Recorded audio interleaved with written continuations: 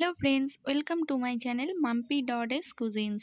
Friends, আমরা কম বেশি সবাই মোরব্বা বানাতে পারি। আজ আমি তোমাদেরকে সম্পূর্ণ চুন জল ছাড়াই কত সফট আর একদম সাদা ধবধবে মোরব্বা হয় সেটাই তৈরি করে দেখাবো। চলো দেখে নেওয়া যাক, শেষ পর্যন্ত ভিডিওটা স্কিপ না করে দেখতে থাকো। এখানে আমি পেঁপেগুলোকে এইভাবে টুকরো করে নিয়েছি। এইবার আমি কাঁটা চামচের সাহায্যে চারিপাশে ভালোভাবে ফুটো করে নিচ্ছি।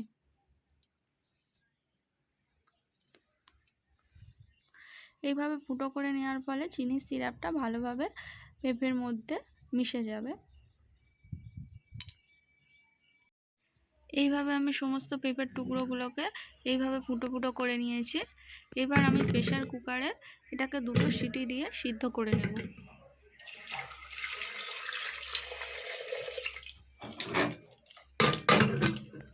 তোমরা হয়তো ভাবছো 2টো সিটি দেওয়ার ফলে হয়তো পেঁপেটা সম্পূর্ণভাবে গলে যাবে, কিন্তু না, পেঁপেটা পুরোপুরিভাবে সিদ্ধ হয়ে যাবে কিন্তু গলে যাবে না, শক্তই থাকবে।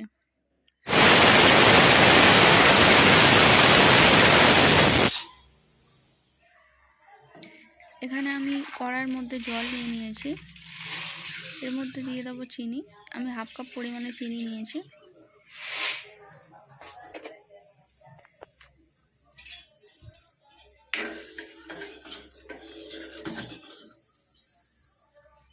এখানে চিনির সিরাপটা তৈরি হয়ে গেলে আমি পেঁপের টুকরোগুলোকে দিয়ে দেবো। দেখতেই পাচ্ছ পেঁপেটা কত সুন্দর সিদ্ধ হয়ে গেছে।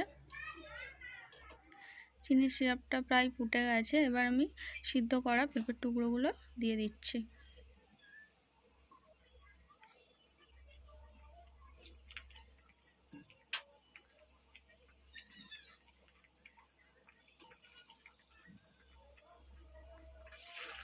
এবার ভালোভাবে এটাকে ফোটাতে হবে যতক্ষণ না পর্যন্ত চিনির সিরাপটা শুকিয়ে আসছে।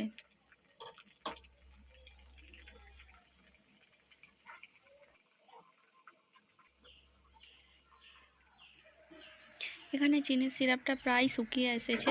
দেখতেই পাচ্ছ কত সুন্দর সাদা ধবধবে হয়েছে।